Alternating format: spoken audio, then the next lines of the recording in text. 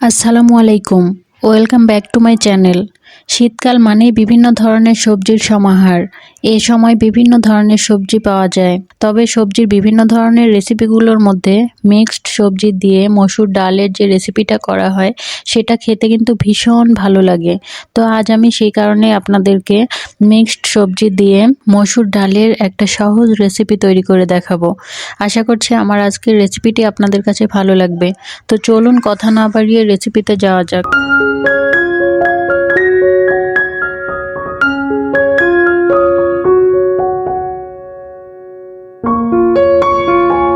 এর জন্য প্রথমে এখানে আমি একটা কড়াইয়ে সরিষার তেল এবং 2টা বড় সাইজের পেঁয়াজ কুচি করে কেটে নিয়েছি। হাফ চা চামচ গোটা জিরা দিয়ে দিলাম। সরিষার তেলে এই রান্নাটা করলে ভীষণ টেস্টি হয়, তবে আপনারা চাইলে সাদা তেলেও করে নিতে পারেন। এবার পেঁয়াজ এবং গোটা জিরাটাকে তেলের সাথে একটু ভেজে নিতে হবে। পেঁয়াজের রঙটা কিছুটা পরিবর্তন হয়ে আসলে তারপর এতে আমি বাকি মশলাগুলো দিয়ে দিব। দেখুন পেঁয়াজটা আমি কিছুটা ভেজে নিয়েছি। এ পর্যায়ে এখানে আমি আদা, রসুন এবং জিরা পেস্ট দিয়ে দিলাম। আমার এই মশলাটা ফ্রিজে ছিল যার কারণে বরফ হয়ে আছে। আপনারা নর্মাল সরাসরিও বেটেও দিতে পারেন। এখানে এরপর আমি হাফ চা চামচ মরিচ গুঁড়া এবং হাফ চা চামচ হলুদ গুঁড়া দিয়ে দিলাম। এরপর এখানে সামান্য পানি দিয়ে দিয়েছি যেন এটা মশলাটা পুড়ে না যায়। এরপর সমস্ত মশলাগুলোকে একসঙ্গে খুব ভালোভাবে কষিয়ে নিতে হবে। আমি এখানে 1 চা চামচ লবণও দিয়ে দিলাম। ব্যাস, এখানে আর এক্সট্রা কোনো মশলা অ্যাড করব না। এই মশলাগুলোই আমি খুব ভালোভাবে কষিয়ে নেব। দেখুন মশলা থেকে তেল ছেড়ে এসেছে। এই পর্যায়ে আমি এখানে কয়েক রকমের সবজি দিয়ে দিচ্ছি। এখানে আপনারা আপনাদের পছন্দ মতো সবজিটা দিয়ে নেবেন। শীতকালে সবজির কোনো অভাব নেই, বিভিন্ন ধরনের সবজি এ সময় পাওয়া যায়। আমি এখানে আলু, মিষ্টি কুমড়া, গাজর এবং ব্রোকলিটা ব্যবহার করেছি। আপনারা আপনাদের পছন্দ মতো 4-5 রকম সবজি এখানে ব্যবহার করতে পারেন।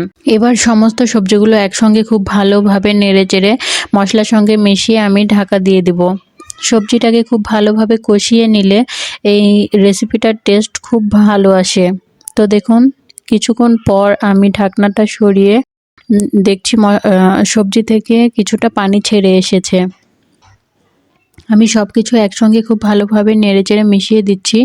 এ পর্যায়ে আমি এখানে ডালটাকে অ্যাড করে দেব। আমি হাফ কাপ মসুরের ডাল পানিতে ভিজিয়ে রেখেছিলাম। ডালটা আগে থেকে পানিতে ভিজিয়ে রাখতে হবে, কারণ তাছাড়া সেদ্ধ হতে সমস্যা হবে। সবজিগুলো খুব সহজেই সেদ্ধ হয়ে যায়। ডালটাকেও যদি আগে থেকে পানিতে ভিজিয়ে রাখা হয় তাহলে ডালটাও সবজির সাথে খুব তাড়াতাড়ি সেদ্ধ হয়ে যাবে। তো দেখুন এবার ডালটাকে অ্যাড করে দিয়ে আমি সবজির সাথে খুব ভালোভাবে মিশিয়ে নেব। ডালটাকেও সবজির সাথে খুব ভালোভাবে যদি কষিয়ে নেওয়া হয় তাহলে টেস্টটা খুব ভালো আসে।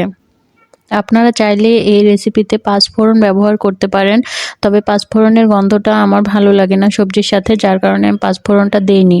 তবে যাদের কাছে 5 ফোড়নের স্মেলটা অনেক ভালো লাগে তারা এ পর্যায়ে 5 ফোড়নও ব্যবহার করতে পারেন। কিছুক্ষণ পর্যন্ত আমি ডাল এবং সবজিগুলোকে কষিয়ে নেওয়ার পর যখন সবজি থেকে বের হয়ে আসা পানিগুলো ভালোভাবে শুকিয়ে যাবে সে পর্যায়ে দেখুন সবকিছু আবার নেড়েচেড়ে একসঙ্গে ভালোভাবে মিশিয়ে নিচ্ছি। একটু আর পানি অবশিষ্ট নেই, সমস্ত পানিগুলো শুকিয়ে গিয়েছে। এবার আমি সবজি এবং ডালটা সিদ্ধ হয়ে যাওয়ার জন্য এখানে 2 কাপ মতো পানি দিয়ে দেব।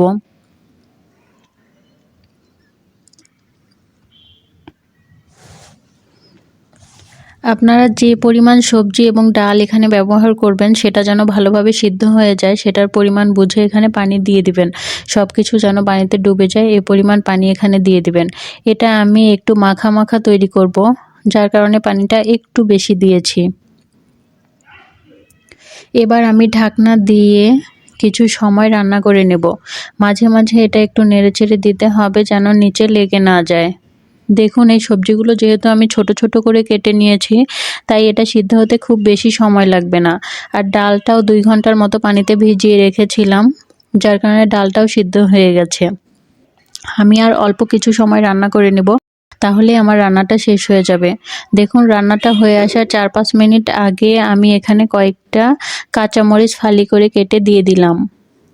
এতে ঝালটাও একটু হবে আর কাঁচামরিচের একটা সুন্দর ফ্লেভারও অ্যাড হবে। এই রেসিপিটা একটু ঝাল ঝাল খেতেই ভালো লাগে।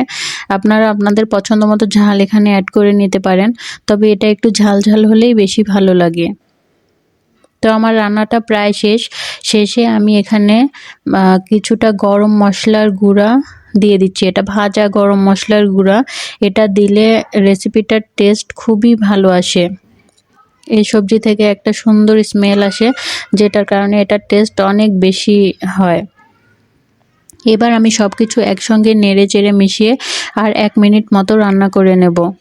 1 মিনিট পর আমি চুলাটাকে বন্ধ করে দেব।